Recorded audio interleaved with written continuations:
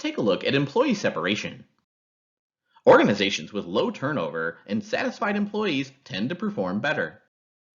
On the other side of the coin, organizations have to act when employees' performance consistently falls short.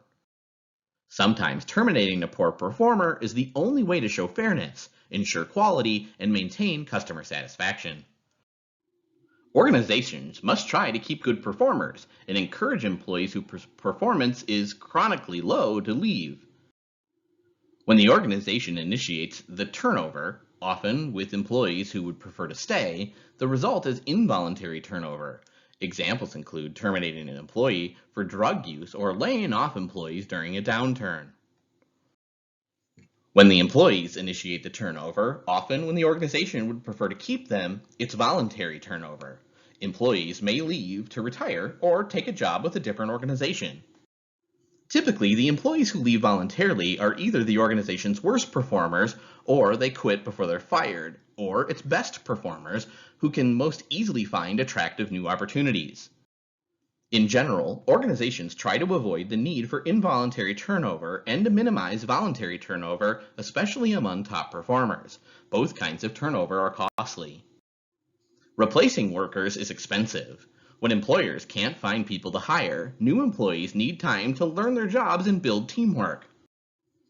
For a number of reasons, discharging employees can be difficult. The decision has legal aspects that can affect the organization.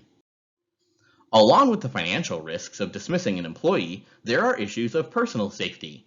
Distressing as it is for some former employees to go to court, far worse are employees who react to a termination decision with violence. Effective human resource management can help the organization achieve its goals for both kinds of turnover. Organizations must develop a standardized, systematic approach to discipline and discharge. It's critical that the system be seen as fair.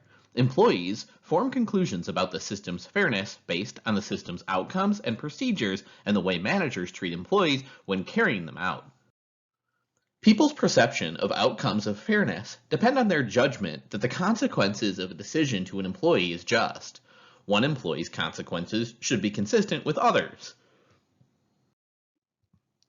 Organizations promote outcome fairness when they clearly communicate policies regarding consequences of inappropriate behavior, and the outcome should be proportionate to the behavior.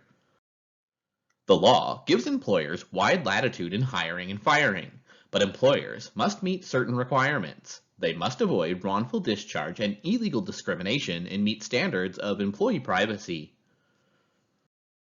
Terminating an employee would be considered wrongful if the employer had promised the employee job security or if the action is inconsistent with company policy. Another reason for discharge may be considered wrongful is that it violates public policy. Violations of public policy include terminating the employee for refusing to do something illegal, unethical, or unsafe. Formal discipline policy also helps the organization comply with equal employment opportunity requirements. As in other employment matters, employers must make decisions without regard to protected class. Organizations should also consider privacy issues when deciding who will see information. In general, it's advisable to share information only with people who have a business need to see it. Organizations can also prepare for problems by establishing a formal discipline process in which the consequences become more serious if the employee repeats an offense. Such a system is called progressive discipline. A typical progressive discipline system identifies and communicates unacceptable behaviors and responds to a series of offenses with actions like spoken and then written warnings, temporary suspension, and finally termination. For situations where misbehavior is dangerous, the organization may establish a stricter policy. HR professionals say their biggest challenge today is employee retention or reducing voluntary turnover. HR's goal in promoting retention is not merely to prevent employees from quitting.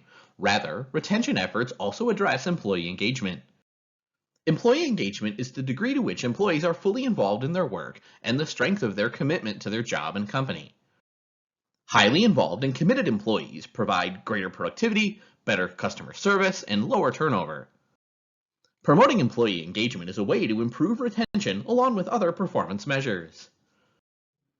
A basic step on the path towards an engaged workforce is to prevent a broad negative condition called job withdrawal. Job withdrawal refers to a set of behaviors in which employees try to avoid the work situation physically, mentally, or emotionally. Job withdrawal results when circumstances such as the nature of the job, supervisors and coworkers, pay levels, or the employee's own disposition cause the employee to become dissatisfied. Employees tend to be bored and dissatisfied with simple, repetitive jobs. People are also more dissatisfied with jobs requiring a great deal of physical strain and exertion. Employees also suffer when they're unclear about work methods, scheduling, and performance criteria or expectations. When they aren't sure, they become dissatisfied. Negative behavior by managers and peers in the workplace can produce tremendous dissatisfaction. Often, much of the responsibility for positive relationships is placed on direct supervisors. Research suggests that turnover is higher when employees do not feel that their values and beliefs fit with their work group's values and beliefs.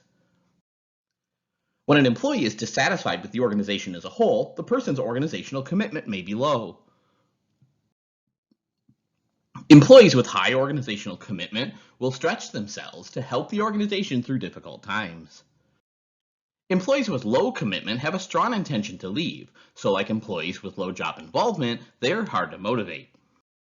Job satisfaction is a pleasant feeling resulting from the perception that one's job allows for fulfillment. Job satisfaction is based on perception, not always an objective or a complete measurement of the situation. Each person compares job satisfaction with his or her values, and people are likely to differ in what they perceive. Organizations can contribute to job satisfaction by addressing personal dispositions, job tasks and roles, supervisors and coworkers, and pay and benefits. Sometimes personal qualities of the employee are associated with dissatisfaction. Gallup's research into employee engagement found that a majority of employees consider it very important for their job to give them a chance to do what they do best. In fact, this is the most cited job attribute that employees say they consider in deciding whether to leave a company and take a job somewhere else. When it comes to generating satisfaction, the most important aspect of the work is the degree to which it's meaningfully related to workers' core values. Organizations can do much to avoid role-related sources of dissatisfaction. They can clearly define roles, work methods, schedules, and performance measures.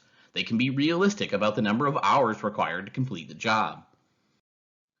The two primary sets of people in an organization who affect job satisfaction are coworkers and supervisors.